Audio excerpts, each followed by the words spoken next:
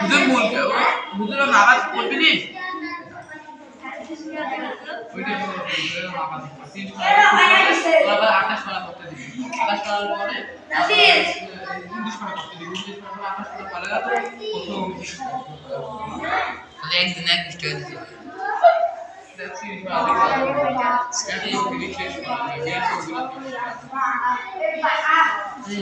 একদিন এক স্টেজ দিয়ে আমার 30 করা শেষ